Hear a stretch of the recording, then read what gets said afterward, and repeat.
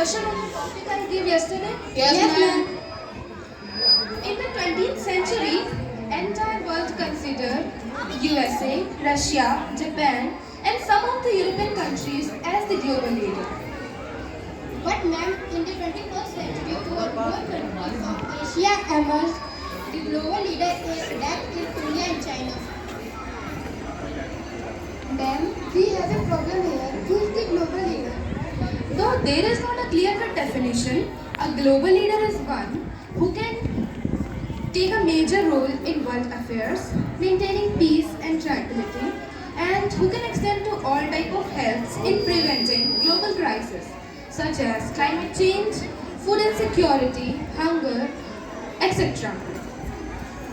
As you said, India has emerged as a global leader in the 21st century due to its all-round development. In my opinion, from the day when India got freedom from British government in 1947, she never looked back, and not only that, made rapid progress in growth trajectory. What you told is absolutely correct. However, the entire world, the credit goes to her founding father and constitution writers. They did not left any loophole in any constitution. Not only that, they established a responsible legislative body to make law and new policy. They execute various policy enacted by legislation and to safeguard the constitution and the fundamental rights of each citizen. Yes, very good. This is the major reason why no individual or politician can take law and power into his hand. Like what is happening in African countries. Ma'am, not only African countries, there are lot more. Just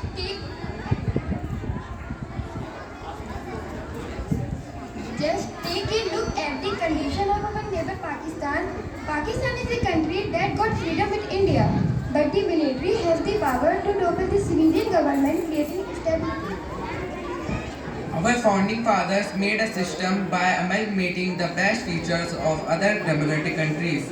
That's why India is known as one of the stable countries of the world. Another important thing is that since independence, India became part of all other important international organizations and play a significant role in creation of non-aligned movement during Russian-USA Cold War period. Moreover, India is a member of major international organizations such as UNO, World Bank, IMF, UNESCO, UNICEF, ILO, WTO, FATF, etc. Beyond that, currently, India is a non-permanent member of the United Nations Security Council for 2 years, for which the election was held. In that election, she got a record 189 votes. Only 4 countries voted against humanity. But during the first 3 to 4 decades after independence, India could not play any major role in international affairs due to her fragile economic condition.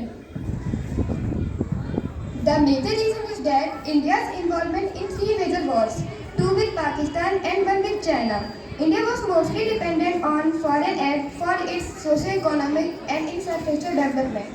I agree with your point.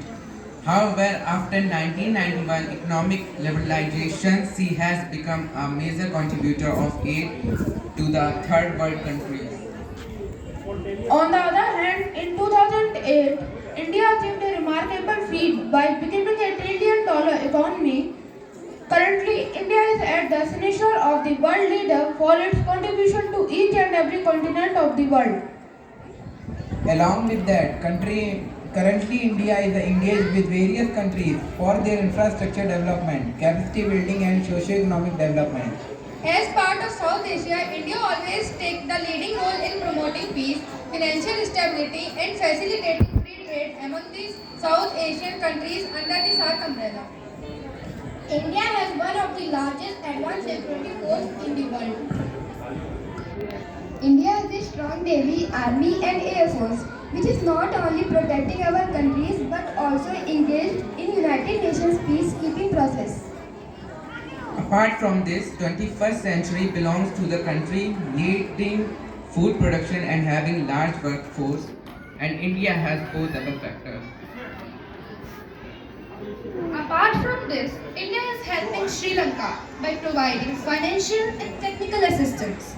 India has allowed Bhutan and Nepal to use its land to trade with Bangladesh and to import or export goods by using Bangladesh ports. Due to India's sincere efforts, relation with Pakistan is also improving. From this, it's clear that there is no doubt India is a perfect global leader. Thank you for making the discussion exciting. Welcome.